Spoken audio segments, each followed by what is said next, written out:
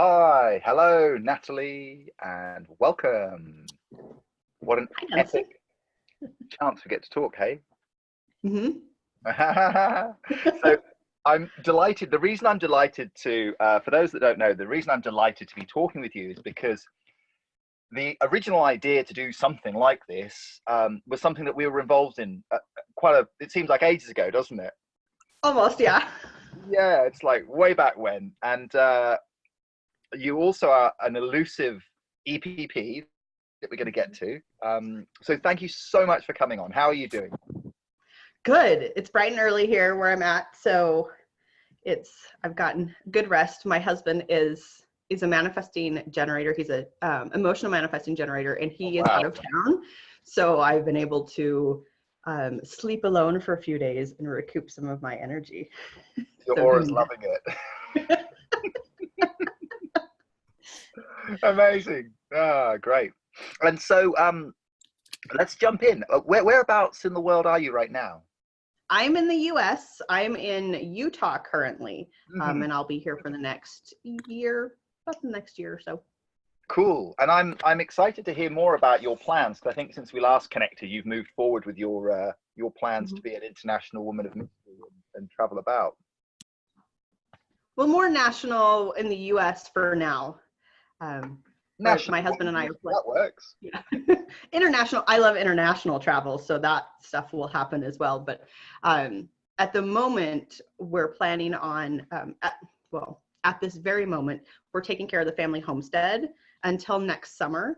And then we will be free of our duties of taking care of the family homestead. And we have decided that, we could buy a house, we could rent a house, and it could be kind of fun that way. However, I got a premonition from my authority saying, you need to go live in an RV for a while and travel around and have fun. And I was like, okay. So that you said that came through from your authority, hey? Yeah. Amazing. Yeah. Cool. So that has been the fuel behind really getting the ball rolling and having the energy to step into downsizing everything, putting everything that we want to keep for the long haul in storage, and being able to just continue on, because it's a process to downsize. And you live in a boat, so if you've lived in like a normal house, it's this big downsizing process. And then we get to go have fun and travel. There's a lot of really great national parks here in the US that my husband has never seen. I've seen a lot of them, but my husband's never seen them. So we're going to go travel and enjoy that. And also we get to work from the road. Like, we both work from home. So that we're really preparing for more of that as well, and shifting our businesses in that way so that it's even more travel friendly. So you're both going to be working on the road, are you? Oh, yeah. That's awesome. Yeah. That's so cool. That's like the proper digital nomad lifestyle, I'm guessing. Yep. Super groovy. So, wow. So that we've got so much juicy stuff to talk about. I mean, I guess that you've got so much to explore with so many different parts of America, right? So it's mm-hmm. I'm heading over next week, so we'll be in the same. Cool. Where at? I'm staying in. I've been invited by a projector friend to go help on his ranch in Colorado, so I'm flying into Denver. Nice. I will be on the other side of the mountain range from you. Cool. Super. Yeah. So Utah. So is that like a bordering state or a state away? Yeah. So there's the Rocky Mountains that run north and south across the U.S. And when you fly into Denver, there is no missing these Rocky Mountains. They're ginormous. Not quite as tall as the Alps, but it's substantial enough compared to the Alps. And then on the other side of that mountain range is Utah. And so it's about 8-hour drive. Amazing. Yeah. It's funny that those mountains actually connect down with the sacred mountains in Peru. It's like the same ridge that connects, like energetically. There's a thing. So it's really interesting to me because my my environment is valleys wide, and I don't live in, it doesn't feel like a valley where I live here on the river. So it'd be really and my G center's been like, hey, you got it, you know, this isn't for you for long term, you know, so it's going to be interesting. What's your I mean, I know this is jumping way ahead of ourselves, but what is your ideal environment? So mine is markets, and it's external markets. So and I've been doing a lot more studying on that. What does that mean? And it's really about where the deal is being made. Like even as simple as somewhere like the grocery store, where goods are being exchanged for money. That's the deal taking place. Also like farmers markets, and being in a city square where there's a bunch of shops happening, and also networking events. I find a lot of clients by going to networking events, because a lot of people, the networking events that I go to, there's a lot of people that are looking for those deal connections. And so it works really well for me to just walk into the room and be passive, which I'm supposed to be passive in the markets, and see what shows up and see what happens. But for me, like at the end of the day, after I've gone through and like, because I'll have full days of coaching, so I'm really connecting one-on-one with people all day long, which in a sense is really satisfying and fulfilling and successful in that way. But then also sometimes it can be like, and I'm done, I have no energy for really anything else. So I'll go to the grocery store to recharge. Oh wow, yeah. Yeah. So to me, that's like, I'll go to the health food store and I'll just browse around, and the people there get to know me, and they're like, hey, so what are you up to? What are you doing? I'm like, oh, I'm just charging myself back up. I'm decompressing from the day. And they're like, okay.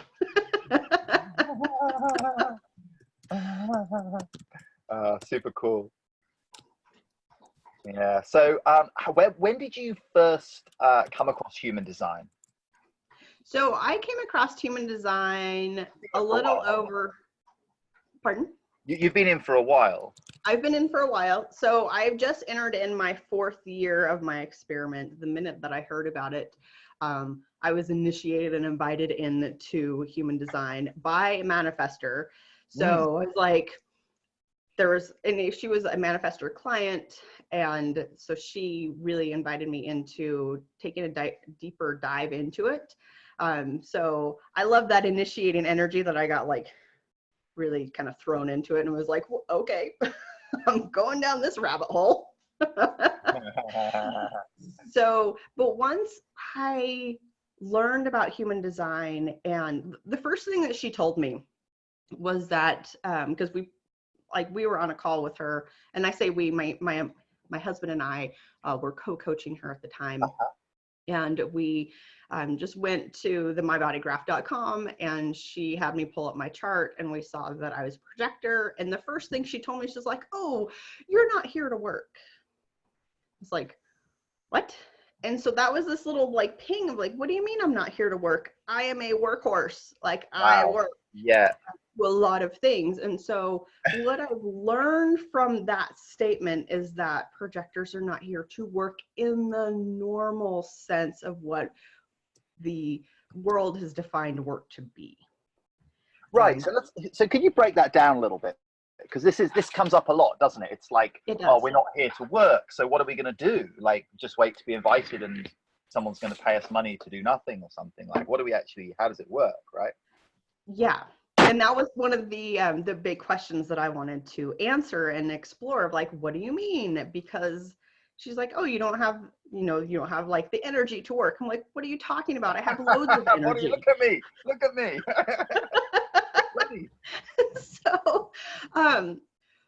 But it was really funny because I had experienced massive burnout in my past.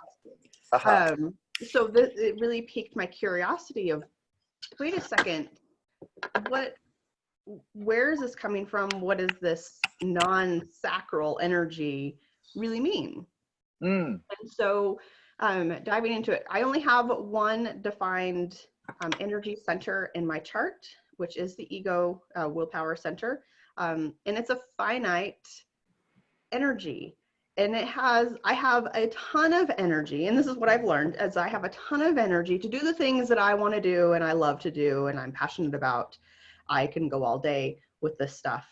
But the things that I have no energy for are really the things that I am not passionate about. And that's a lot of what I've had to learn in myself of like, wait a second, what is the truth of where I'm passionate, so that I can then step into the power of how my body is designed to be.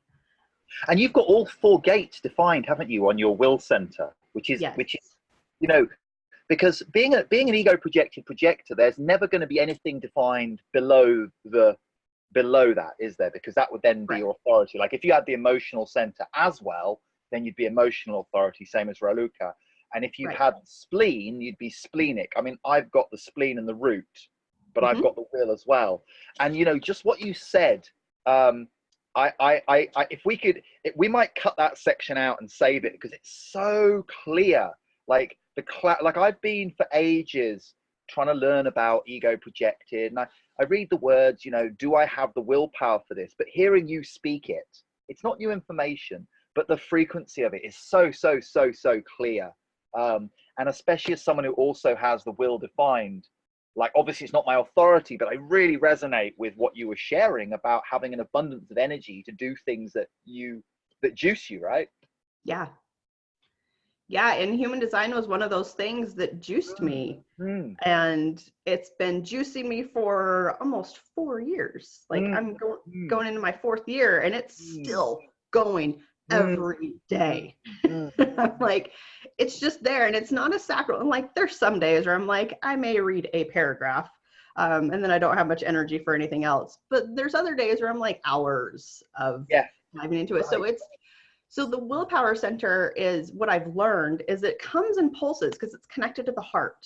And so it comes in pulses where there's this, when the heart is pumping blood, there's a contraction and there's this pushing out energy that happens with it. And so there's this burst of energy, and then there's a relaxation. And so that makes sense. And so it comes in a literal pump. And so when it's pumping, it may be like a couple days of finite energy, and then it needs to relax. So the heart works to relax.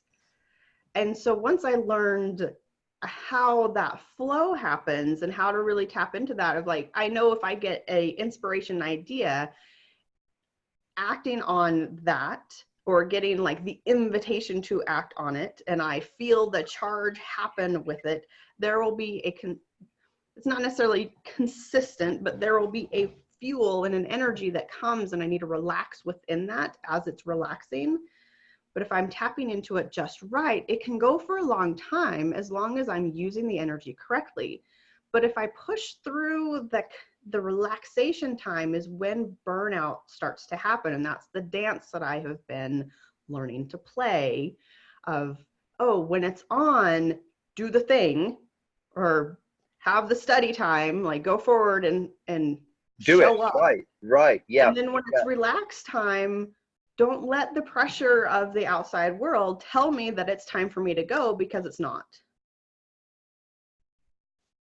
It's so clear. You're just following the energy. You're just following the energy. Do I have the will for this? It's like I could almost feel like you're kind of like you're right on the edge of feeling like, being aware of where the energy is, when it's time to pull off the wave, or when wave's gone, and likewise when you might need to just paddle a little bit to catch the wave. It's super clear. I just pulled up the melancholy gates here, so let me just share those, because gate 50, because it's individual, isn't it? The 2551 is individual circuit. And it's interesting. There was a conversation happening in the projector group yesterday about the penta and the wah, and I am like, penta is the small group and the wah is the big group, and I'm like, my design is literally like anti-small group. Okay. It's all about like one-on-one and big things. And so the one-on-one is really, because it's the channel of initiation. And so this is the 2551. Let's zoom in on that one. Yeah. And so how that works and how I feel it is really like when somebody is ripe and ready to be initiated out of the tribe and into their individuality, is when my energy connects with theirs and they're like, I don't know what you do. I don't know like what I need from you, but you have what I need and I don't know what it is. And I'm like, cool, let's figure this out. And a lot of times like it'll come through my defined head nausea where I get the puzzle pieces put into place. I'm like, oh, I see it. But a lot of times it's this buzzing energy that comes from here. I'm like, oh, all right, let's explore this, because I do have the cross of the unexpected. Right. Sometimes I literally just don't know until it shows up, and then I know. Or they're talking through something and I'm like, oh, I'm hearing or I'm seeing a one thing and I'm feeling through this one thing. I think this is what you need. And it may be like completely out of the box. And I can give a story example of that if you'd like. I'd love to. Yeah, go ahead. But do you want to talk about what you have on the screen first, and then I'll go into this? Let's just look at the melancholy, because this was it doesn't say what the other one is, but it does say about here on the 51 we've got melancholy about lack of excitement. And my understanding of the melancholy gates, which feels really true, is they come in pulses and surge. It's like you go through the autumn, the winter, the spring, and then obviously the rhythm happens a lot faster, but it's like, in the middle of the winter, there's no energy. And in our not self, we can think there's something wrong because the energy isn't there. And it's like, a woman doesn't make a baby just by clicking her fingers. She needs that 9 months. The trees don't burst out life in spring, and then do it again and again and again. They need the winter for the energy to go back in. So that's sort of how I like to sort of sometimes talk about the melancholy channels. And I just like this image because it maps out, so 51, melancholy about lack of excitement whilst you're waiting. I guess you're waiting for that right person to peel them off from the crowd and work with them, or for them to come to you, or that kind of thing. Yeah, exactly. And it's really fun and exciting for me when that right person shows up, because I know they're ready. And that's when the invitation, and I think this is really important for projectors to hear, because that's when the invitation comes forward, at least for me, is when they feel that connection. I feel the connection. I'm like, okay, so that's my open invitation to making an offer to them for them to work with me over a longer period of time, so that I can help create that initiating energy for them, because their energy is calling it forward, and then supporting them along that journey so that they feel supported in actually creating what it is that their energy is calling them to do. So you're creating the environment where this initiation, this energy can happen. It can work.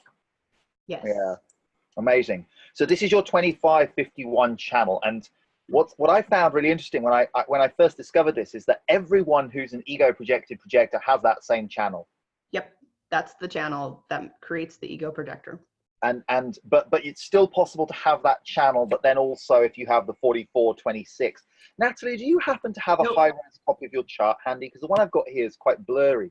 Would you be able to pull one up that we could share? Yeah, actually with the ego projector, there's no other gates coming off of the heart or the will center. It's just the 2551, and there's no other connection. So there's a broken connection. There's no other channels, right? There's gates but no channel. Yeah, right, exactly. Because if we had the down to the spleen, then it would make you splenic.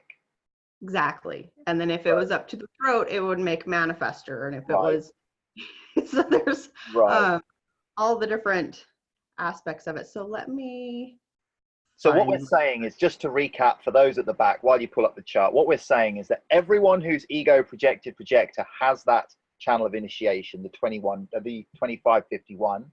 But not everyone that has that channel is necessarily an ego projected projector. Like I know a manifestor who has it. I know other splenic projectors who have it. However, anyone that has that who is a projector must be an energy projector, because like you were saying, it's a motor. Right. Which of course. Like my brother is a generator and he has that channel. Yeah. So let me pulling this up. Because you've for then you. also got, when we pull Natalie's chart up, we're going to see that Natalie has 4 centers defined, and Mhm. then the other 2 that we haven't. So the other 2 centers that we haven't talked about is the head and the ajna. So we're gonna see that on your chart. Yep. Is it working all right? I'm working it. I have it up on my body graph, but I think that I need to pull it up. Don't worry, I'm a third line. You know, you're a third line as well. So 3, 5. I'm sure you can. You're used to dealing with little curveballs here and there. Just a moment, please. Poor old Luca and Pascal. They never even know if I'm going to turn up or what's going to happen because I'm a bit random like that. So Yep. keeps them on their toes. Pretty much. Yeah, and that's part of it too, is like there's so much uncertainty around things that when people show up, like a lot of times I don't know what they need until I know. And it just pops in. Right. Yeah, you There, talk about the cross of uncertainty, how you experience that. That's super interesting as well. yeah, the unexpected. So Yeah, because you're right angle. yeah, so there's a lot of experimentation, and because sometimes I'll do design work for people, and what happens is I won't know what the design actually looks like. And when I say design, I help people with their element, in branding themselves around their element with their colors and style lines and shapes and patterns and all of this cool stuff that happens in the online space. But a lot of times I don't know at all what it's going to look like. I just know the framework of the design rules, and that's what I'm looking for according to their element. So I'm picking out things, but I don't know what it's going to look like until I really get into it. And then all of a sudden, I'm like, oh, that was cool. It's really beautiful to hear how much trust you have in that process. Mm. It's really powerful, and I can see how it's very natural for you to just trust it. Has it always been that way, or was that something that you learned to do? I had to learn how to do it because there's without trust, there's fear. And so I had a lot of fear of like, is this the right direction? Do I really want to go in this way? So learning how to trust definitely became a skill for me. Yeah. I'm really interested to know were you aware of what the fear was? Like, if you were, was it a conscious fear, or was it just like a feeling? Or here we go. So Thank you. the feeling, I think it really stemmed from not being right, or the fear of not being correct. Mm-hmm. So there was that aspect because I have the need to be first. Right. Okay, so let's break that down. So this is the channel of initiation, the 2551. It's going from the G to the will, or the heart, the yellow to the red. We can see it right in the middle there. And the keynote is the need to be first, right? So it's quite a competitive channel. It is. It's competitive. And I've noticed, or this is how I've noticed it showing up, is because I don't always seem like I'm competitive. And most of the time I'm not, because I'm pretty just chill with things. But if there's something that pops up that I know that I can win, and without a shadow of a doubt, like I can dominate this, you better believe I'm going to show up and I'm going to kill it. Yeah, but that sounds like you've got you've really, because if I was coaching someone who was a will projector, an ego projector, what I would be encouraging them to listen to, if they listen to this video, would be, you just don't seem to give too much of a fuck about the details, and when it's a yes, it's a yes, and when it's a no, it's a no, and you don't seem to be wasting energy in that gray area of, oh, I'm not sure, da da da da da. Whereas obviously an emotional authority person lives in that uncertain area of like, well, I'm not sure, maybe it is, maybe I will, maybe I won't. And it's very, very different. It's very yes. You seem more yes, no than any splenic I've ever met, to be honest.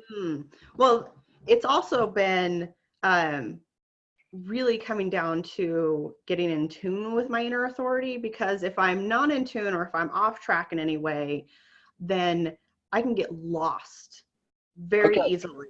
So you do get that happening sometimes, getting in. I don't know. I'm like, I will drive myself nuts, and because a lot of times with this authority, it also needs to be talked through with things. Okay. And I can hear myself, like, I'll be driving myself nuts, and I'm like, I'll apologize to the other person. I'm like, look, I'm sure this is driving you crazy because it's driving me crazy. And so it is a bit of a process where you talk it out. I've not heard that before. oh yes. Well, and that's part of when I really started diving into my inner authority of what's correct and what's not, because there's a lot of information, or actually, let me take that back. There's not a lot of information on this authority, and some of the information is skewed and it's not correct because it actually shows it as being a self-projected projector. And I'm like, no, it's different.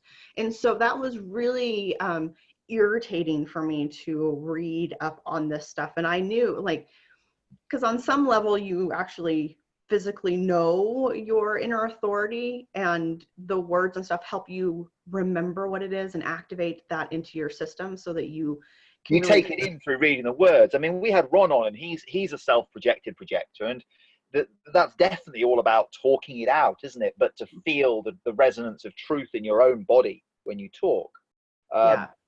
But there's a whole nother dimension, obviously, with this will thing. So, but you feel there's still an element of that in there?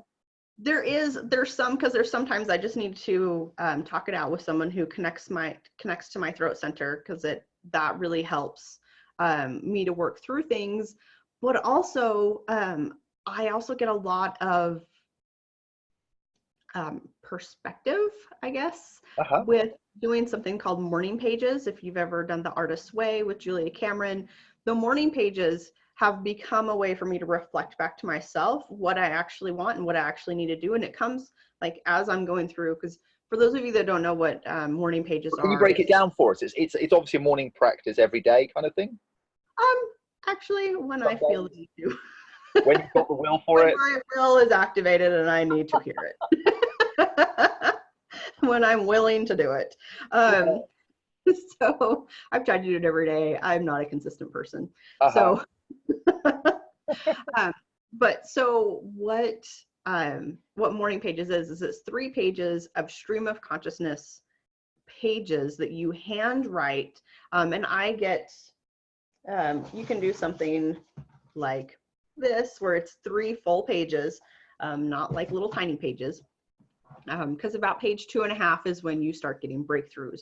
And so what you're doing is you're just observing what your mind is thinking, like what is the chatter that is going on in your brain, and you're just writing that down. And it can be like just the jumble-y junk that comes out. If you're frustrated with something, if you're irritated, like somebody's not listening to me, I'm not being heard in this way, like all of the crap. And what it's doing is it starts to clean out and the corners of your brain. You get to the good stuff underneath it, do you? Is that the right? And the goal is doing it in the morning before your brain starts to wake up. So there's that fog that happens usually within the first 20 to 40 minutes. And that sets the tone of your day then. You've got all this detritus around the mind of like fog and stuff. Yes. Because that's when you can actually tap into and get the most crap out. But then what it does is it helps you to set the stage for a more creative day, because all of the other blockages have been swept out of your brain in a sense. And so for me, what I've been doing them for so long, I've been doing them for 10 years at least now. So as I'm going through them, things will start coming through like, oh, I need to do this. This is what needs to happen today. Oh, this is actually the idea that wanted to come through. And I realized I've been thinking about it for a while. And so things will start to come out. And as I'm going through it, it can be really tempting to get really motivated and hurry and go do the thing. But what I do is, because you need to do the 3 pages, I'll just underline it as a to-do. So my to-do list starts coming out through this. Okay. And these are the things I'm actually willing to do, or is what comes out on the It sounds a little bit like one of those, those grids where they say the first 3 words you see will be what your year's like or something. Like, it's like, as you start doing it, your to-do list kind of emerges from the chaos, and it's like, oh yeah, I've got will to do that. And Yeah, It's and like, so I can hear my authority, or I can right, actually see my authority happening on the page right. a lot as well. So I'm talking it through with myself Uh-huh. Yeah, is yeah. on the page. So there's that, but it's also when it happens as a speaking mechanism, it's very firm, it's very clear, you hear the resonance in it, and it's like, oh yeah, that's going to happen. And so that's where the ego center, the will center, is designed to make and keep promises. Right. And so anybody who has the will center defined That's is just 30%, isn't it? It's not many of us that have it. It's like correct. less than a third. Yeah, and so for me, it comes out as a resonant tone that, oh, that is what I'm going to do. That's what I'm doing next. Yep. And it activates like, oh, I have the will to do that. And so that's what I'm doing. And getting deeper into that sense also, it's also what source is guiding me to do. What comes through, because the will center is all about bringing things into the material plane. Right. It's very tangible, isn't it? Yes. And so then it comes into, what does source want to happen through me? And a lot of times it can be through that initiation process with the other person of, hey, this is what's being asked of you. This is where your energy is going. Because I can feel it, like, especially like a sacral generator, I can feel when the yes is happening a lot of times before they do. So, and I can feel that activation and stuff happening because I've cleared out so much other energy junk from my system, that it helps me to be a really better guide as a This is projector. really juicy. This is so what you're saying is you're using your open sacral to be able to almost like sense and amplify the decision process that's going on in a generator who obviously has that red square colored in. Yep. So there's that part, and there's also the gate 57, which is on the splenic center. Right. I have that conscious and unconscious, and Right. that is what I call the internal bullshit detector. And what that is it's a resonant tone. Like, you can hear, if you have that definition, you can actually hear the resonance of what's correct and what's not. If someone is not speaking truth, if they're literally saying bullshit, you can call bullshit on him, like, that's not right. There's something off about that. And so when I'm in sessions with people, I'm listening with that inner ear, in that sense of like, where's the resonant tone of the yes and no? Are you saying truth, or is there a veil over you that you don't realize that you have?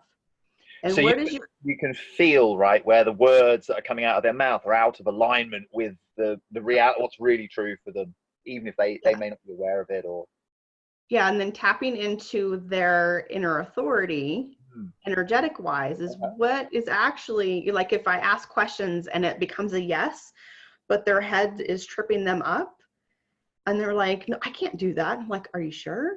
Because your sacral just told me yes. And so I'll take them into a sacral session and help them get past that mind junk that's happening with things. And so that's part of, I feel, my responsibility as a projector guide, and the way that I'm designed to help people really tap into what their real yes is, so that they can move forward in being able to live the life that they're here to live, which benefits all of humanity. So they go off and do the work. And as a projector, I'm facilitating them as a laying down the path for them, saying, look, this is where your energy, this is what you have the energy to do. So let's get you into this mode. Let's get you here.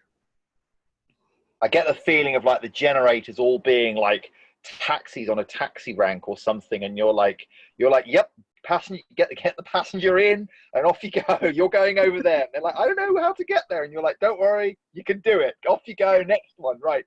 You're going down that way, right? Off you go. Like, just sending them all off to get on their way with the confidence and courage and belief that because you've seen them, haven't you? It's that the magic of seeing another person, which is interesting, isn't it? Because we talk a lot about seeing the other with this focused and penetrating aspect of our aura, but the flip side of that is that especially in the open sacral, the undefined sacral, we are sampling the other person. We're taking them in. We're amplifying up their energy. So it's that inner thing that goes with that outer like focusing.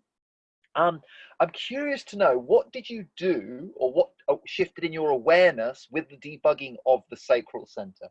Because that's obviously relevant for all of us projectors and maybe some manifestors and reflectors as well. So this has been a really long process for me. And it started a good 10 years ago, about the same time that I was introduced to the Artist's Way and morning pages. And that really started my my own debugging, in a sense. So the biggest thing that I've learned, and I know that the 5125 channel is also called the channel of the shaman, or the priestess type of energy. And what I've learned about the shaman is really that the shaman goes through the journey first and then can guide the others through that journey. So with the debugging, I've had to debug a lot. Like, it's taken me a really long time to really release a lot of sacral energy that I didn't realize I was releasing, but I knew I needed to go through this process. And so it started with morning pages, and I really realized how miserable I was in my life. I realized that I wasn't happy with the weight I was in, or I had on me at the time. And I really started to look at what are some better alternatives to eating so I can lose weight. And I ended up, I stumbled upon the raw food diet and accidentally became a raw foodist for 2 years. I call it my 2-year detox, because that's literally what happened. Right. And so my willpower activated then, and I just followed, because it's an extreme diet, and I get it. And a lot of people, I had several people tell me that I really admire your dedication and willpower to this diet. And I'm like, willpower. Well, I don't feel like I have much of a choice with it, but okay, thanks for that. I have a friend who detoxed, and he was eating burgers, and he detoxed, and he started getting this black pus coming out of his eyes. He went raw, and his eyes started to expel this kind of black, like almost like blackheads coming out of his eyes. Wow. It's amazing how, like, you know, because a lot of people try and do raw food forever, which I'm not sure about, but I know it's so powerful for a period of time to give the body a chance to shovel out some of the crap that's been built up inside. So yes. And it's so interesting. Your friends were like, "Wow, you've got a lot of willpower, and you didn't even know you were like, projector, let alone EPP." I don't feel I have much of a choice with this. Right, no choice. Until I don't. And so what happened during that time is doing raw food strictly is actually a very powerful process of getting a lot of energy detoxed out of your body. And what happened during this time is, this is the time where I had my spiritual awakening, because what happened is, all of a sudden, because I had detoxed so much toxins out of my system, I started becoming really sensitive to the energetics of things around me. Like the food I was eating, I started being able to pick up things, and it would vibrate in my hand if it was correct or not for me. And I really started getting more in touch with Mother Earth, of how all of the connection happened. I literally was seeing the movie, The Avatar, how they have like all of the connections with all the roots and everything. I just like started envisioning all of this stuff. And I was like, okay, whoa. But if I went into like a fast food restaurant or something, I could feel the sadness and the heaviness of the people around me, and I could start to sense what it was they really had going on in their system. And I was like, what is happening to me? Like, it was this mind-blowing transition, and I had no one to talk to about it. I literally had YouTube videos and blog articles and books that I was reading. And not a lot of people were actually talking about the spiritual aspect of food. And when you because what really happened is when you eat living raw foods, they still have their living enzymes Right. activated. And They got so life they, force. it vibrates. There's a Right. vibration to them because they're still alive. And Totally. so when you are ingesting nothing but living foods, your body becomes alive as well, because we are what we eat. It's literally like we are with the vibration of what we eat, in that sense. And so yeah, there's grounding foods. Like meat can be very grounding. I have since transitioned and I can sense like, oh, I actually need a burger because I need that grounding energy that that the meat will give me, or I need to have a salad because I need that cleaning out that happens. And so I've evolved into more just intuitive eating with things. But it really got me in touch with how the energy pattern works, and how all of this sensing comes into play. And it was kind of freaky It's to not start off freaky at all to me. It makes perfect sense to me. I sometimes I have to remember, like what you're saying, that it's not normal for everyone to be able to have that level of perception, but it makes so much sense. And it's funny, isn't it? Because we look at the ingredients on, like, if I've got this yogurt and I look at, nutritional information, how many grams of fat, carbohydrate, and protein, you look at a salad, and if you break it down like that, people are like, oh, it's just lettuce. There's no point eating it. It's just like water. There's no point having a salad. You get something proper inside you. But then you look at the actual, when you can measure the life force in something, and that we're getting the technology for that now, we wonder, why is it that you have a salad which is alive and you feel amazing, and then or you could have some processed food with lots of ingredients that haven't been alive for a year, that has been something. And but I think that, like you're saying, when you're dialed into that, like if you're dialed into eating a lot of fast food or a lot of processed food, then I mean, it'd be interesting to hear where you were at before, but it's almost like energetically the spaces in all your white centers, all the white gates and channels, are filled up energetically. So the detoxing process is happening physically with the nutrients from the food, and also energetically. I mean, when you look back at it, could you see that specific gates and channels and centers that are white were where you had, have you correlated that yet, looking back? Oh yeah, because that was I was very much conditioned as the super slave. So As a this is, lot of you mean the generator as sacral? the generator energy, I was stuck in a 9 to 5 Monday through Friday office job Aha. that I knew was not in alignment with me. I was in corporate America for 13 years. Yep. So it was a really What long kind time. of thing were you doing? Were you in a bank or?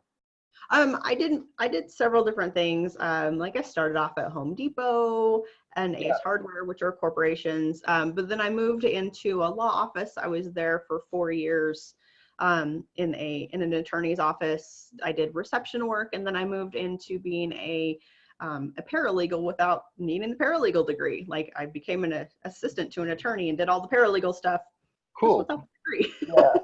Yeah. And then I moved into the oil and gas industry and started off as a receptionist, and then worked my way through. I was there for 8 years, and from the beginning to end, I started off as a receptionist, moved my way up to becoming what's called a landman that people go to university for. And I didn't need to go to university for it. I think that's part of the projector energy. I just absorbed all the stuff and learned everything that I did that I needed to do, and learned the systems of how that worked. And also I did a lot of database management within there. So taking that, and then when I started doing online stuff, I realized, oh, it's all data. I can do this. Actually, Raluca made a good point. Maybe could you turn your screen off so we can see more of you while you're just telling us, because it's easy to forget, isn't it, when we're talking? There you are. There we go. Because I mean, that's quite unusual, isn't it? Just to go through different industries and start as secretary and keep working up. Do you feel, looking back, that those were initiations that were taking place to kind of, as you floated up? Yeah, it was really interesting because the last 2 years that I was in the oil and gas industry, I was properly invited out of a job that I had been in for 6 years and invited into a much bigger role that had a lot more money associated with it, which in turn gave me the confidence that I needed to be able to, I mean, this was all during the raw food time, by the way, to Interesting. overlay that on top of Yeah. it. Um, but during that time is when I really heard and felt my inner authority for the first time in a really long time.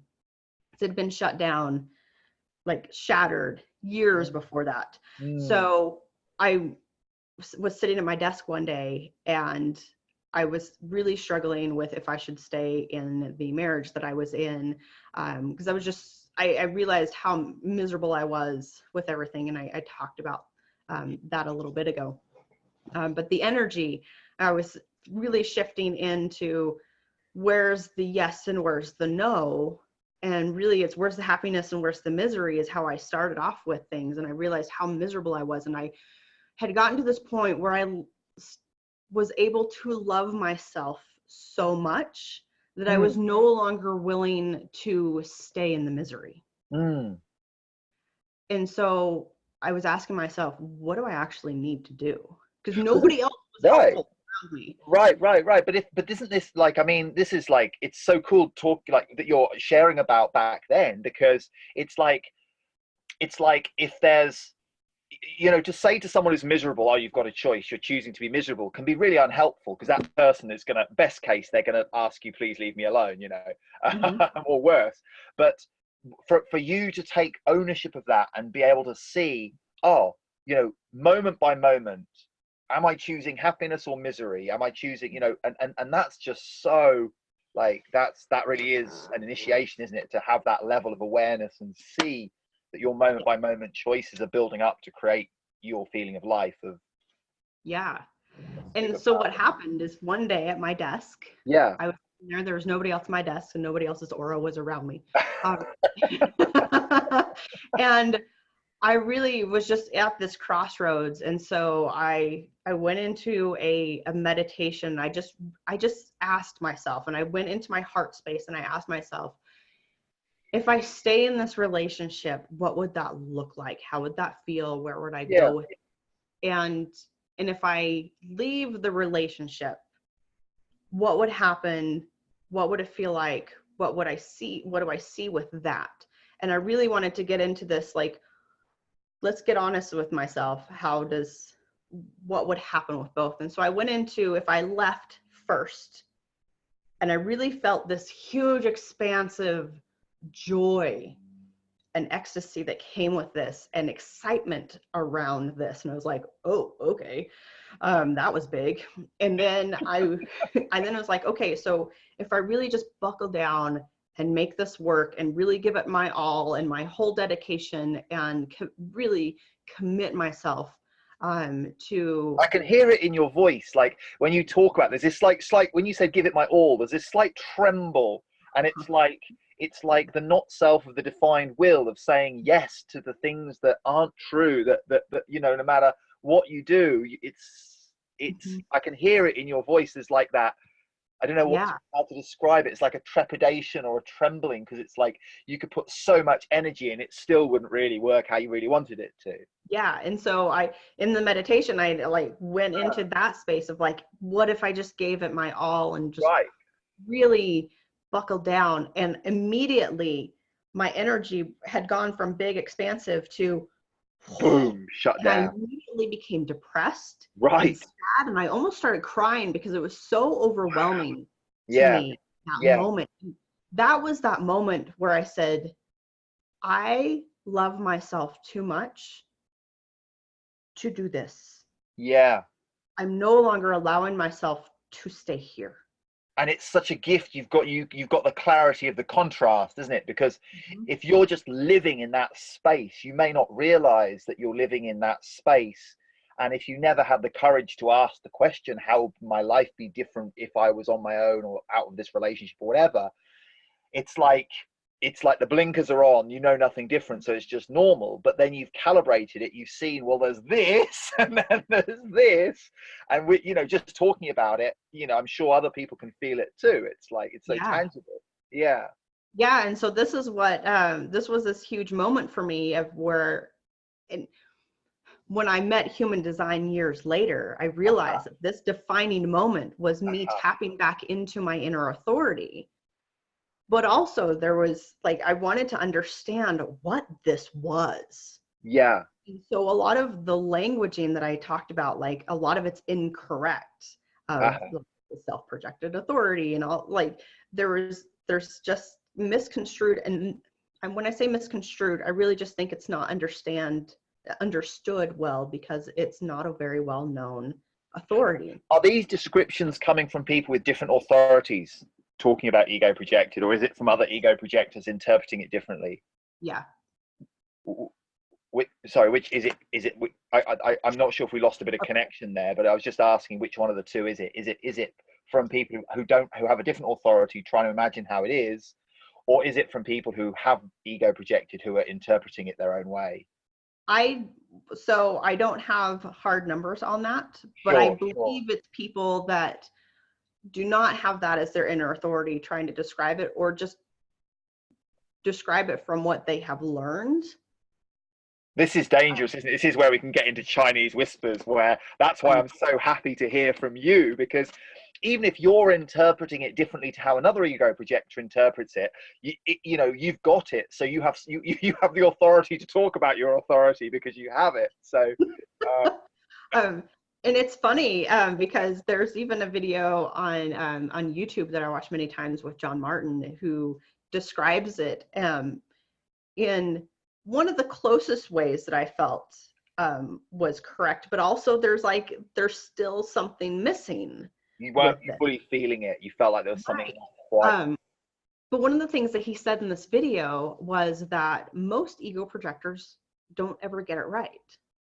They don't ever figure it out. So that was my challenge in the beginning.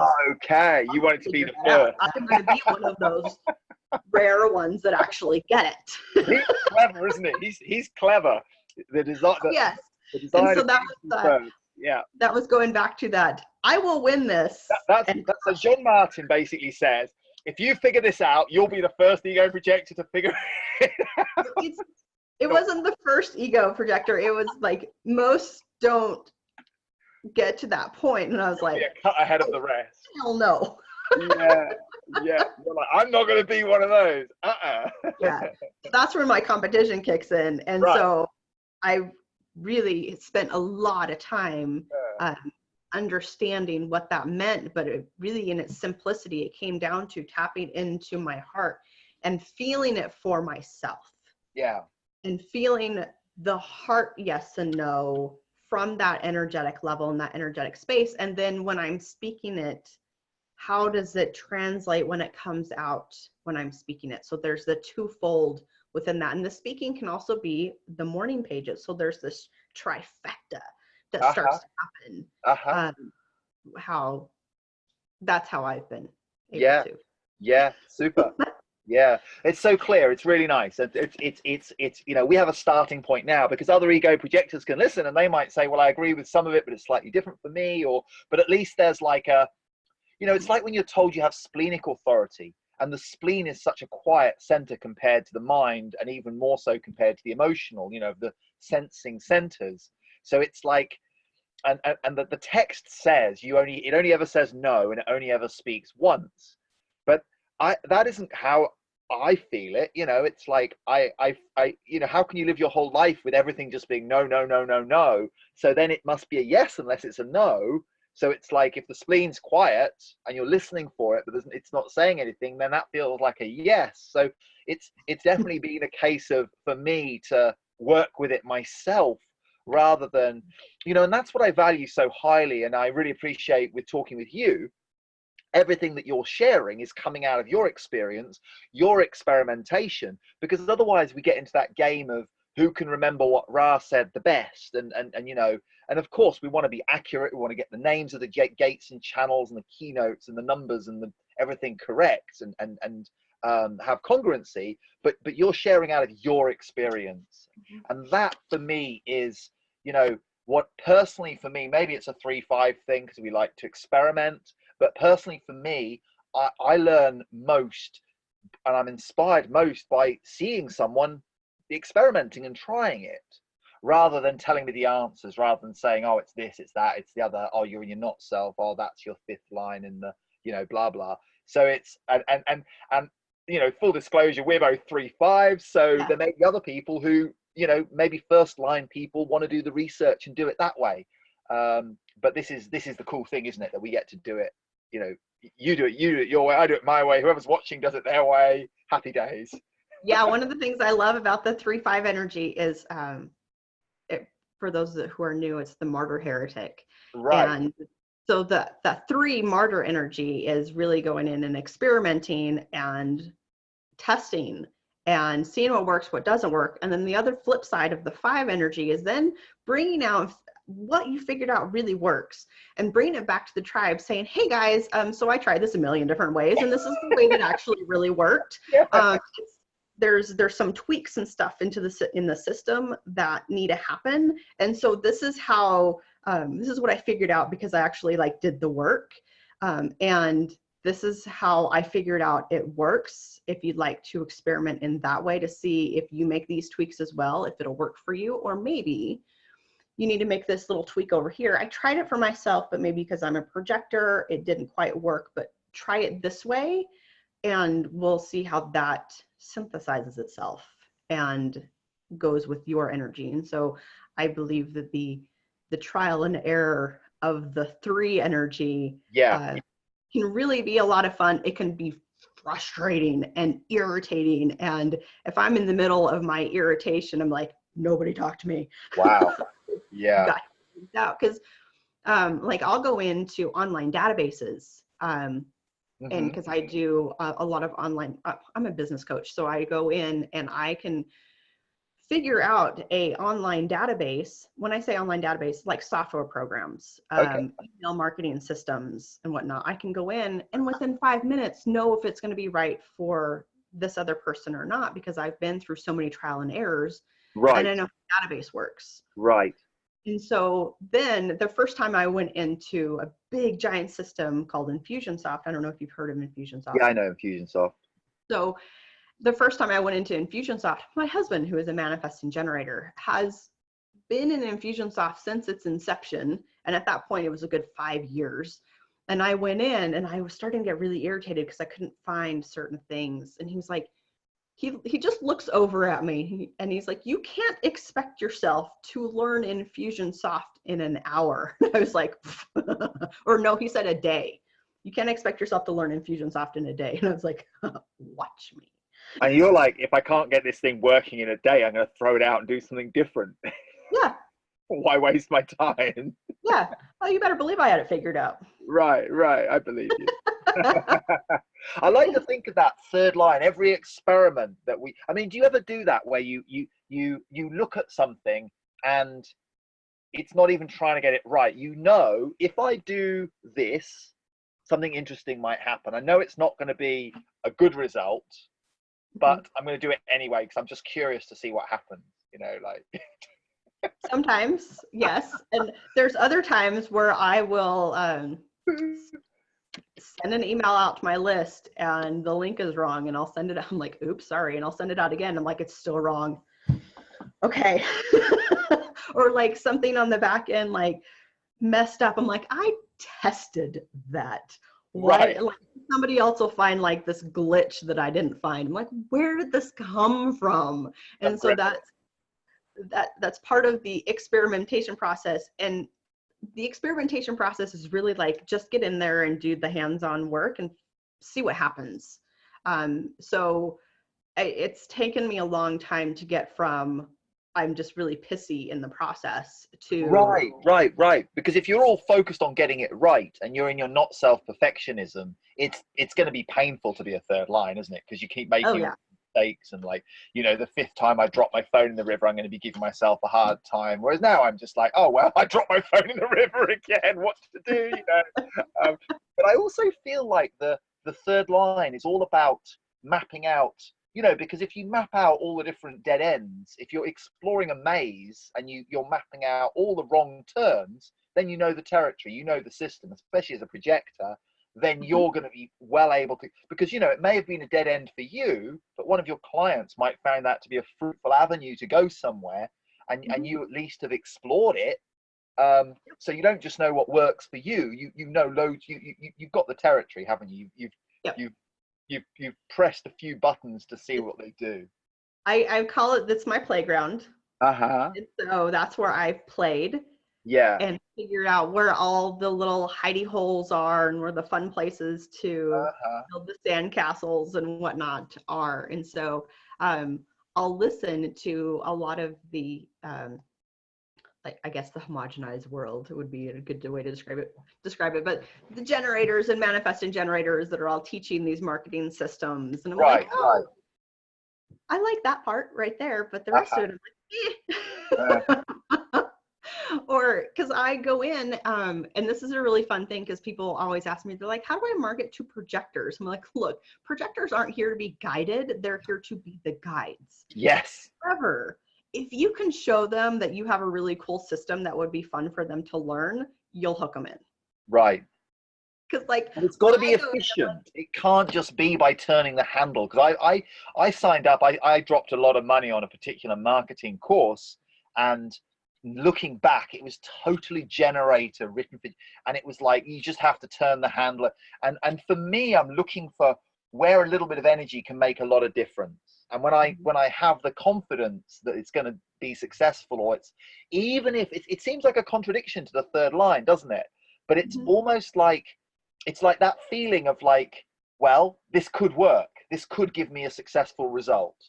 Whereas this generator thing I got into, I was just like, I have to force myself to do this. There's no love for it. There's no fun. There's no joy. There's no feeling it's going to give me success quickly enough. It's kind of like I've got to grind it out. And I certainly do not have what it takes to grind it out. So I dropped out, which, it was interesting. So, so but you're saying if it's fun, then it's good for a projector. Yep, exactly. And that's what I encourage, like, because I'll have projector clients and stuff come to me too. And I'm like, well, if Facebook marketing sounds like a drudgery to you, get off. Sack it off. Like, stop. Yeah. Or delegate. Feel that energy from you. And so if you feel that you absolutely have to do marketing on Facebook, have your generator assistant do it for you. Yeah. But literally, like, cut and paste the stuff that you put on Instagram where you find is really fun to do, and they can cut and paste it and put it onto Facebook for you. Right.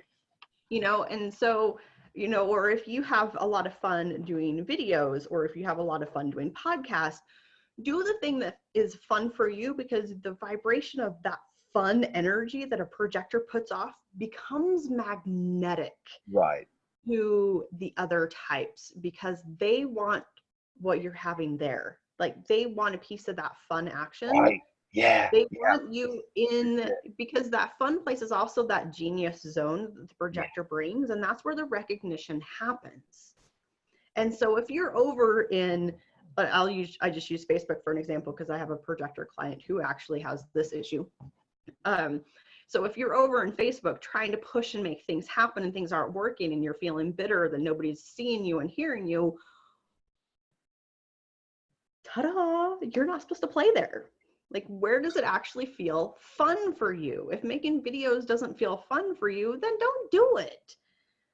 But if talking things out and putting things in it, or writing, maybe you do blog posts best, or writing books, there's other ways that you can market in the traditional sense. But for a projector, we don't have the energy to do all the channels like the generators and manifesting generators do. And sometimes they don't even have the energy to do it all. Right. You just got to do the ones that juice you. Yeah. So the ones that juice you, if you have a lot of fun on Instagram and are really enjoying it, and you're being seen and recognized and heard, and you just have a lot of fun sharing photos and sharing your insights on that stuff, like, do that. Yeah. There's a lot of people who just do Instagram and make all their money off that. Yeah.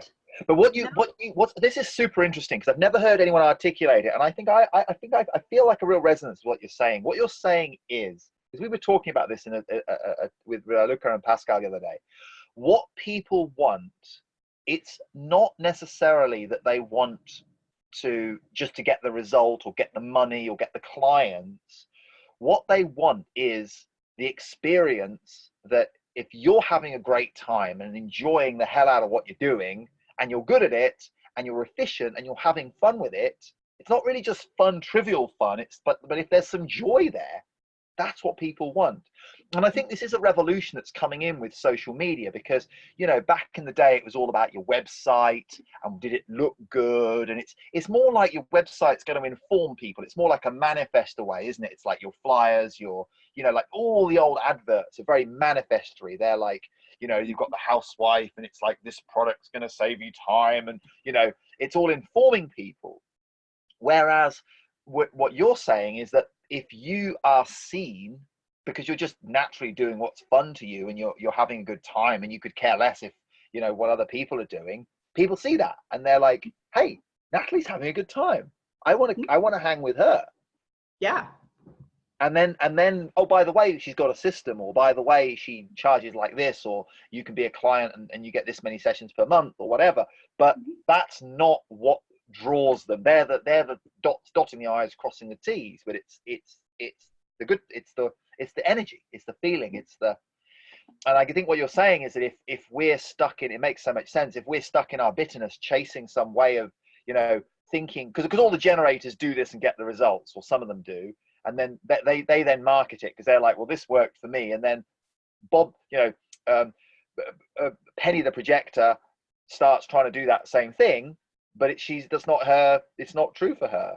So She's going to get knocked off because she doesn't have the energy. She's grinding the handle and it's not working. And she sort of knows inside it's not right. So yeah, so much sense. Yeah. Who do you think does a good job as a projector of marketing themselves, like in a way that feels really in alignment? Is there anyone you could name drop that you feel is a good example? I feel you want me to say Gary Vaynerchuk. I wasn't at all going there. I don't even know if that would be my answer. It doesn't even have to be someone that's famous. I'm just wondering of, like, apart from yourself, you know, who do you feel does this well? It's interesting. I have a client who is a life coach who does a really good job with her marketing. I've worked with her for a couple of years now, and I've been trying to get her to do online system stuff because I know, like, eventually she'll do it. Maybe. Maybe she's emotional authority. She needs to be invited several times over 10 years.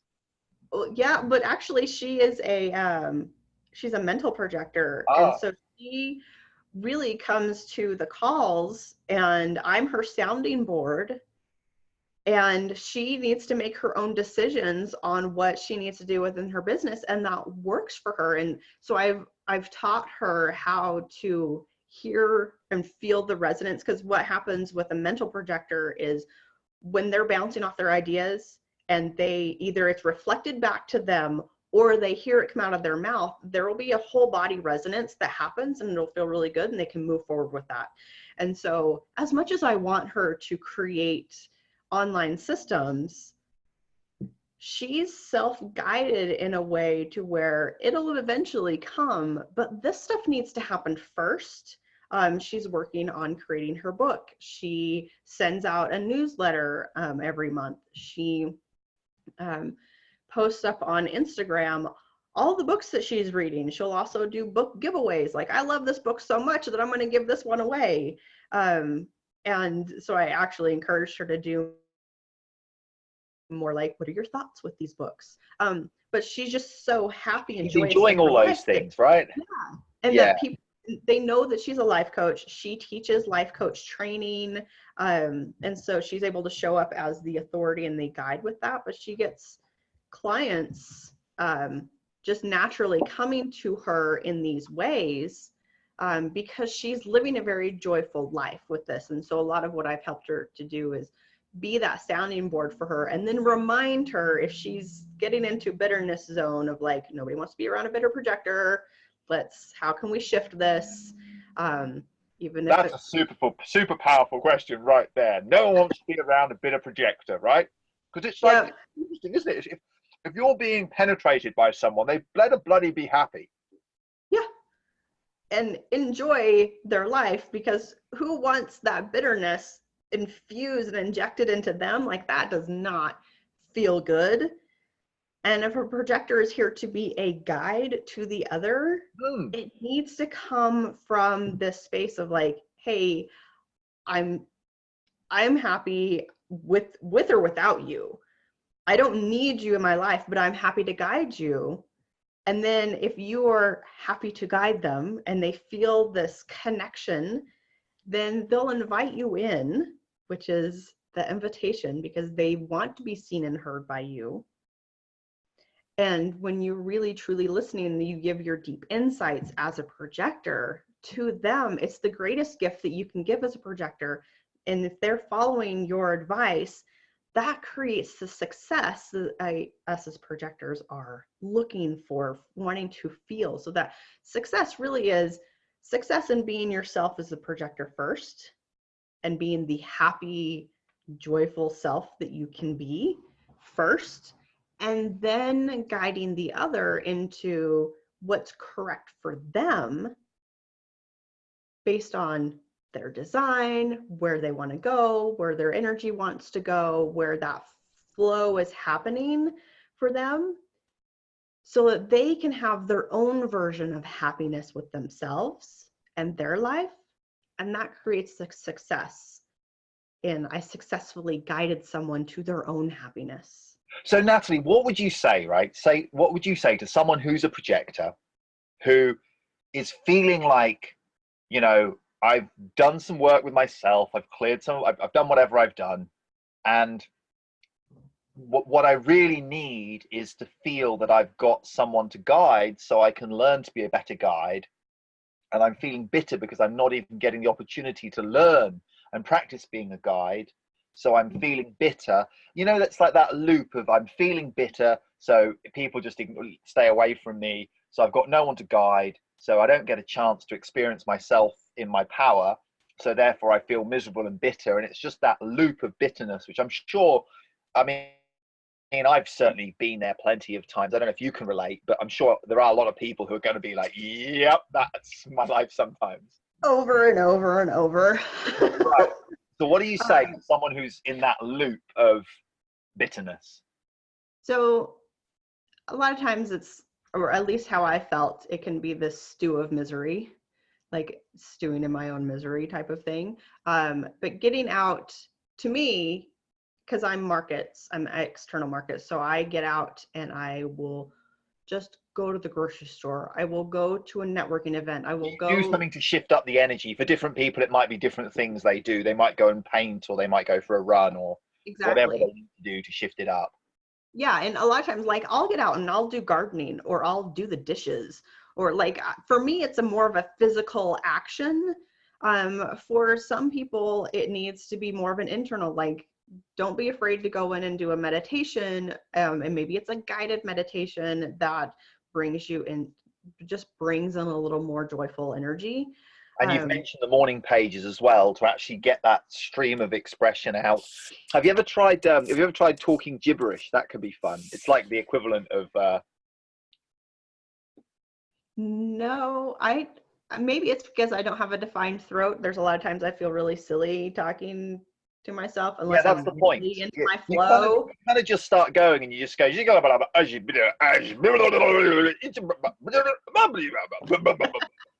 look like the crazy person in the corner of the park, you know.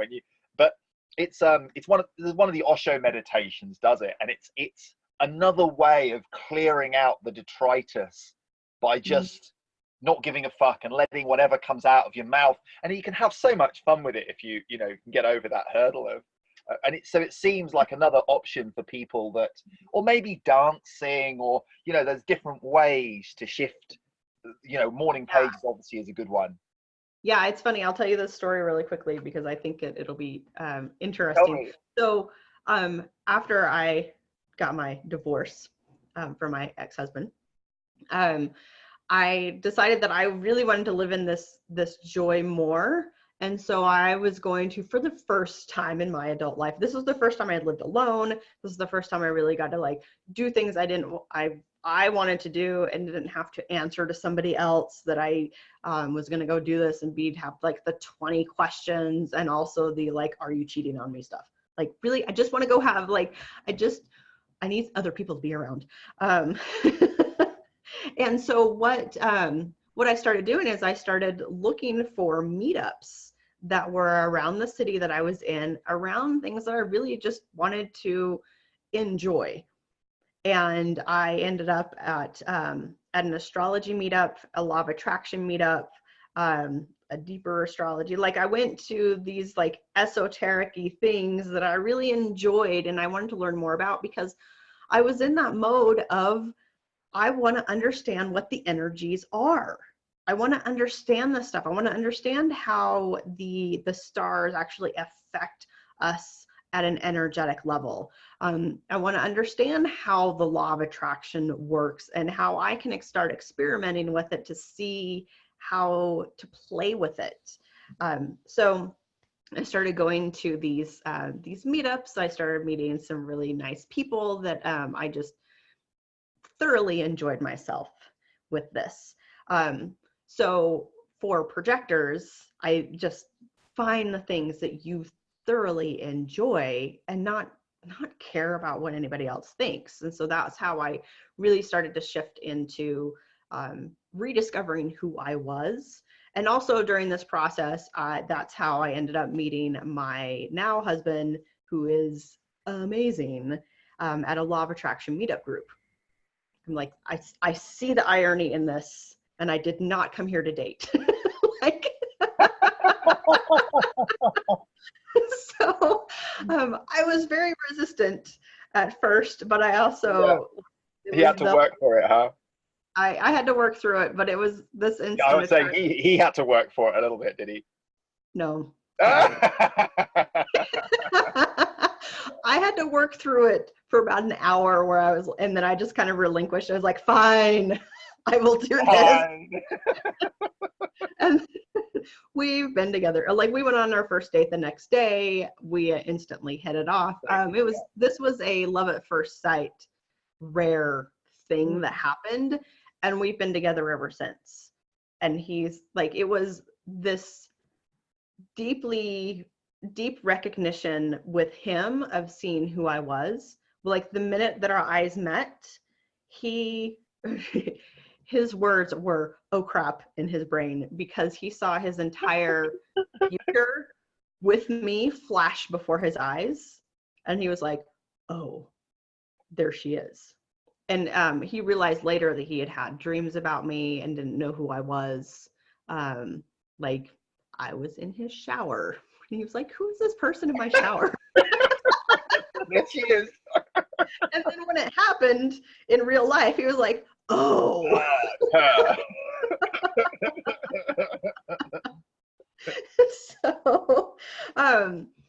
So for me, following the unexpected joy energy of everything and just following what I wanted to do is what has opened up some fun, magical doors. And that also radically shifted my life, because when I also met my husband, he's been an entrepreneur for years. He's a marketing genius.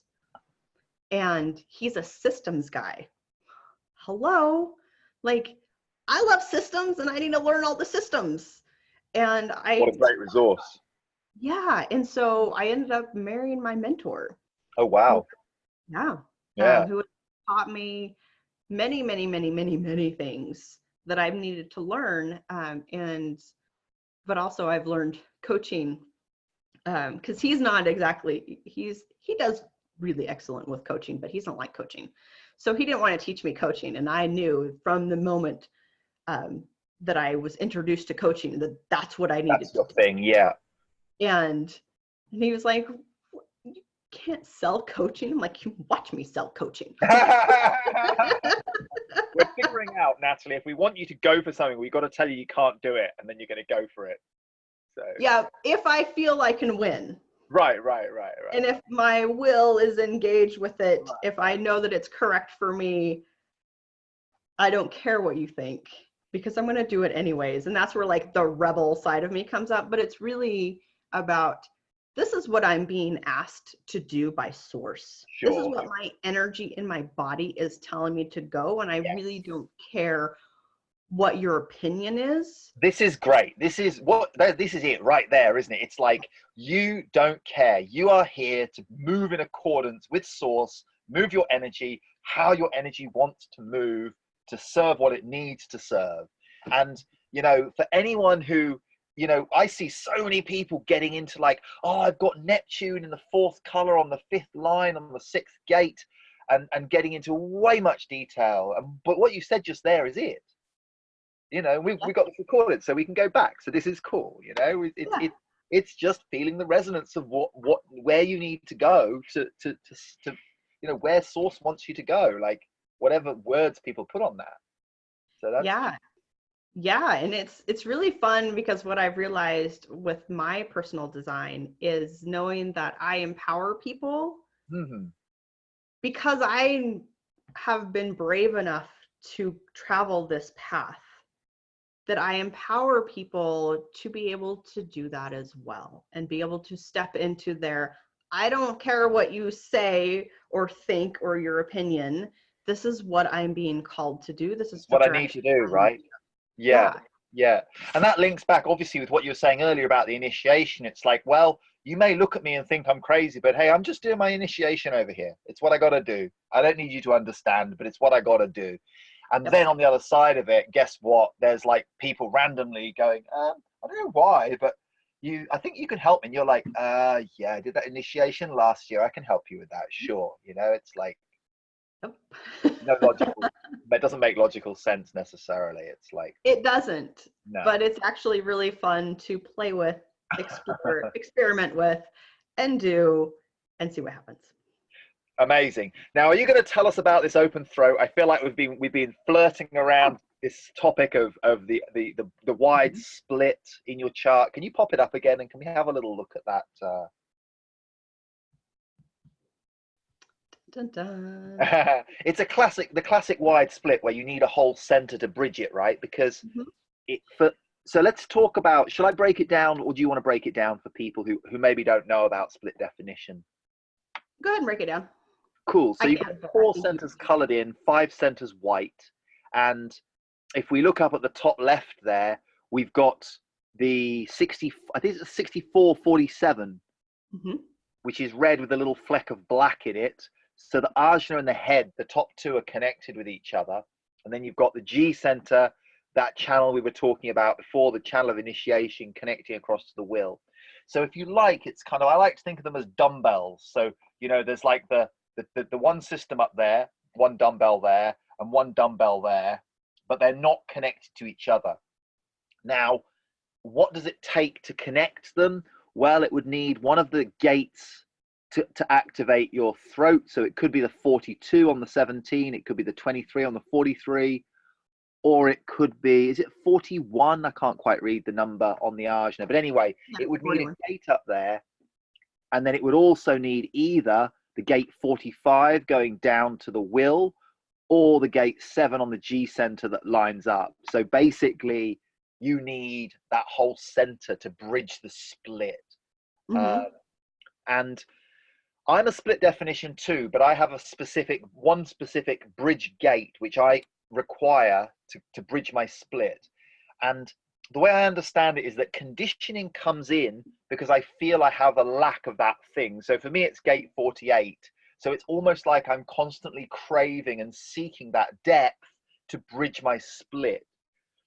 Now, I haven't fully digested it yet, but maybe you can help me with this wide split. You know, you need more, don't you, to bridge, to have that wholeness. Like, how do you experience it? So a lot of times I have just relaxed into knowing that whatever is coming out of my mouth when I'm in the zone with someone, when I'm connected in with them, is actually what they need to hear. And I say that because for a really long time, I've been called all kinds of names, one of them being Captain Obvious. Okay. So you'd say something and they'd be like, duh, that's really obvious. Right. And so it really shut down my throat No, with that. And then I also had a very traumatic experience with having my throat shut down, as like really shut down, and my inner authority shut down. Like, so I've spent a lot of years piecing these shattered pieces back together and healing those pieces. because I don't know, like, I don't know how you are when you're not like doing this. I mean, you're obviously very comfortable in this environment where we're talking, but you know, for you to say that you used to have your voice very shut down, Mm-hmm. you know, anyone who's listening can see that you've done. There's been a big change to be able to, you know, I find it hard to imagine you struggling to communicate or feeling shut down in your voice. So that's pretty cool. Thank you. Well, you know, I'm just, you know, anyone can see you've done some work there, and it's gone well, right? Yeah. So there's been a lot of times where I've been really shy to speak up and say what I need to say. And sometimes it just comes out. I can't control it. I don't know how to control it in its own way, and it just does its thing. But learning human design and learning as a projector to wait for the invitation, and what I've really sunk into is that the guidance and knowledge that a projector brings to the table when they're invited is incredibly precious and valuable to the other person. And so it's also very, can feel very invasive to somebody else if it's not invited, because we're able to see so deeply what the other person needs, like instantaneously. So at least I can. It'll be this instantaneous flash that comes through that 6447. I'll have this flash of inspiration. I'm like, oh, here's the puzzle piece you need. And in the past, I've really blurted out, which is when the uninvited energy comes out and it gets shut down. And that's when like the bad words happen and whatnot. Or like the name calling, or like, duh, I knew that type of thing. Or like they don't listen and you feel unsuccessful and bitter about the whole situation. So it's more a case of them saying, actually, it's not the right time. I don't really want that from you. It's nothing to do with you. It's more that they're not ready for maybe. Yeah. And so what I've learned through human design is how to actually ask questions of, hey, I have an idea of how you could solve this. Would you like to know what it is? Which opens them up and thinking about, hey, do I actually want the answer to this? Or am I just being moody and spitting junk out? Do I want a solution for this or not? And then it's up to them whether or not they want to hear it. And if they don't want to hear it, I can save my breath and go about my business. And if they want to hear it, then it comes out. And so I've learned to pause that, and in pausing that and waiting for the invitation, but actually asking to see if there is an invitation there. Because I make it energetically activated, but they may not be ready to hear it. So I can save it for later if they. It's so easy for people to skip that step, isn't it? Because we assume that everybody wants to learn and grow as best they can. But then it's like saying, well, you know, you've just told me all of like, and I think that's a real dilemma from a coach, is it, for a coach? Because people naturally are going to talk to you, and they're going to say, well, I got this problem, and there's that, and there's the other, and of course, straight away you can see as a projector, and they're just talking, and then it's like, you know, well, are you just like mouthing off, or do you actually want to? Are you actually asking for me my help with this? Or do you just want someone to listen to while you complain about how, you know, because I'm a coach and I love to help people with this, but if you don't want me as a coach, I would prefer probably not to hear about it because it's kind of depressing, and it's like I've got other things to do that are more interesting and more fun, you know? Right. And if it's not a current client, I'm like, this is what people pay me to do. Right, so right. I'd like to become a client. Yeah. I've had that conversation with generators before. Right. But but getting into that, starting to ask the question, because as a projector, we're here to ask questions and we're here to see the other deeply. And so pausing and learning how to pause and ask if there's an invitation there, then seeing what the response is, because you're giving them the ability to respond if they want to dive deep or not, or if they want to hear the simple answer or not, because the answer that comes from projectors can be incredibly life-changing and life-shifting and transformative for the other person. And so they need to be ready for it. And by asking, especially with that channel of initiation, right? You don't just like, oh yeah, I'll have an initiation with my coffee, thanks, every day. It's like, it's when the timing's right. It's yeah. like, And so that's what I've learned to ask for, to ask them if they're basically, if they're ready for it or not. And then it's up to them if they want to hear it or not. So that has really helped me be able to accept how my energy works more and not feel so bitter and shut down by them not hearing the transformative words that are coming out of my mouth for them, that are here to guide them.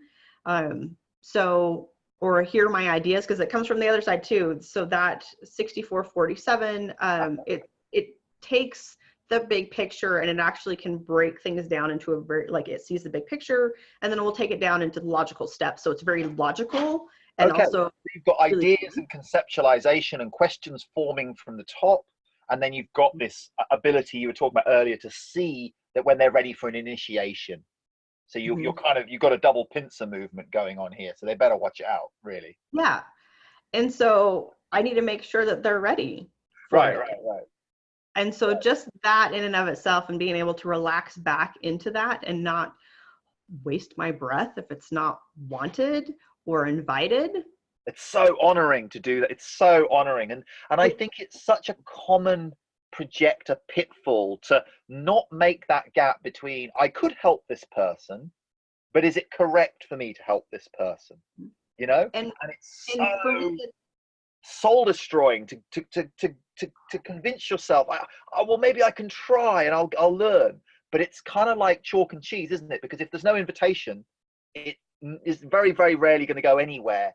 And that leads to disillusionment, because you could be spitting wisdom and gold, but like you say, you know, you're wasting your breath because that person, it's just not the right time or the right situation, or just, it's not there. No invitation. Yeah. Right.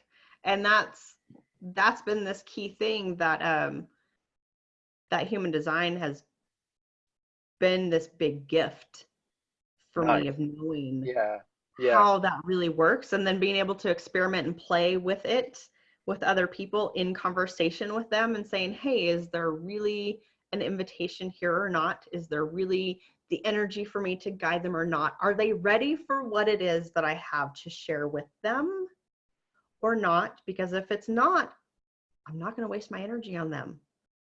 And it's not correct.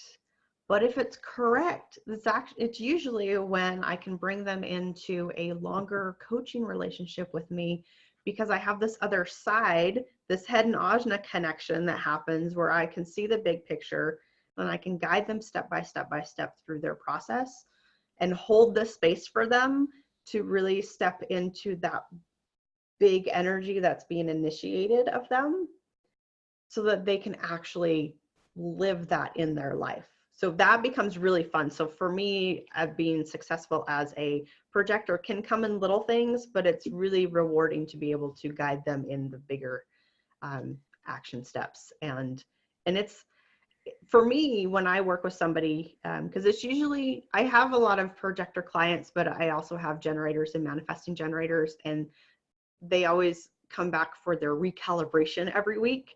So they always walk away with knowing what they're working on for the next week.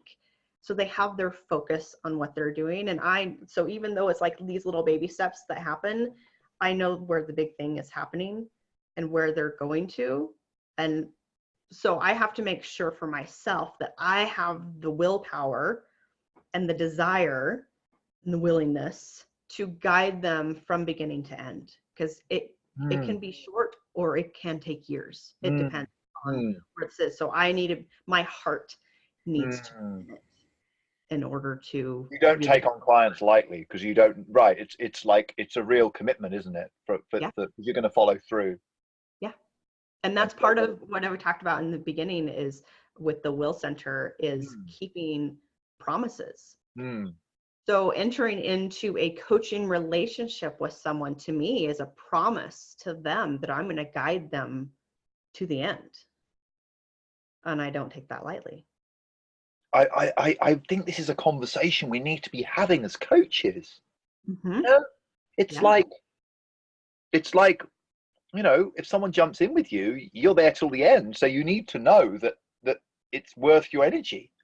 Until they're done. Or until they're done. Right. Yeah. Right. Yeah. Yeah. So it's such a different paradigm to trying to get clients. It can be, but it's also listening to your inner authority of who, well, at least it is for me, of who's right and who's ripe and ready for the, in a sense, the magical energy that I can bring to them so that they can shift and transform into who they need to be. And that's the energy that I bring for others. And so I know that it's a very precious and in its own way unique energy, and I need to be aware and in a sense guard it, because it's, if I get into a wrong relationship with someone, it's just going to cause a lot of frustration and bitterness between everyone. So it's not worth it, because that gets held up in my aura and it Right. doesn't serve my other clients. Right. And so if you think about, and you can use me as an example with this and thinking about, if you were to come to me as a client and you learned that I was having a conflictive relationship with one of my other clients, would that actually feel good to you to be in a Right. relationship with me? Uh-uh. Right. There's no way. But if you know that I'm correctly guiding not only you, but my other clients as well, and I'm in harmony in relationship with each one of them, that actually feels really good. You feel the Totally. difference with that. And so Especially as a projector, right? Because if someone's initiating with me and they're trying to give me guidance, and I don't feel that they see me, and they are reaching out and initiating and being pushy, and it feels like a manifestor energy, and I'm like, hang on a minute, you're coming to me saying you're an authority on human design and that you know way more than I do about human design because you've been in your experiment for 7 years longer, but I don't see you being a projector. So why are you trying to tell me how to be it's like, it's not congruent. yeah, So it's, and of course, as projectors, we see these things, we're not, our eyes are open, we can see it. Right. So it's almost like, as a coach, it's your responsibility to your stable of clients, or that taxi rank of taxis, that you're not, like if you have some surly taxi driver who never goes where they're supposed to go, and you're always spending like half your time dealing with that person, it's really unfair on the other. Your resources are being sucked energetically. So yep, it's that's nice. It's really like in integrity to not have any clients that are just not a good fit because it affects the others. yeah. And then Totally. the flip side of that Uh-huh. is, because other people can absorb the projector energy so deeply, it is Yeah. so important for projectors Uh-huh. to have the downtime to recharge and rejuvenate themselves, because when they show up for that client that they're serving, that client wants them to be at their all It and goes to be back to that the happiness thing, doesn't full it? To be, absorbing beautiful energy that they yeah, are. yeah, And so it's really interesting to actually watch the dynamics, because if you're in relationship with a coach, you literally don't care about who their other clients are and who they've been focusing on for the rest of the day. They want your full attention right here and now. They need you to be present for them.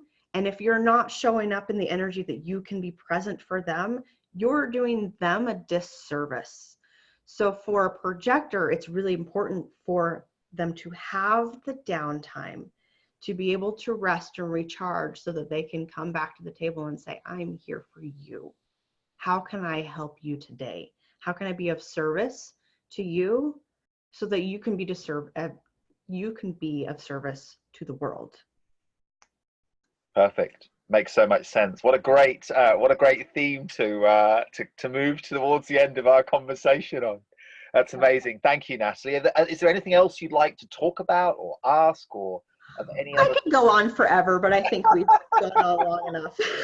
I have an open throat. I can talk for a long time. Awesome with Source. And if anyone wants to tap into any of the things that you're putting out there, where's a good place for people to? Is it follow you on Facebook, or where are the joyful places you hang out? They can find me on Facebook. My website is nataliemarie.collins.com. So they can contact me there and see more about my coaching and what I have to offer there as well. Yeah, I'm thinking I'm sure there'll be people watching this, especially Ego Projectors, or anyone who feels your resonance, who might go, yeah, I want more of this Natalie in whatever format. So that'd be really nice if we can. Hopefully, we'll pop a little link in for that, and people can find that, and it's great. It's really nice to see someone who has integrated human design into their coaching. You know, you're not just a coach, you're not just a human design consultant. And there's a real ease to putting the two things, you know, it's nice. It's really congruent.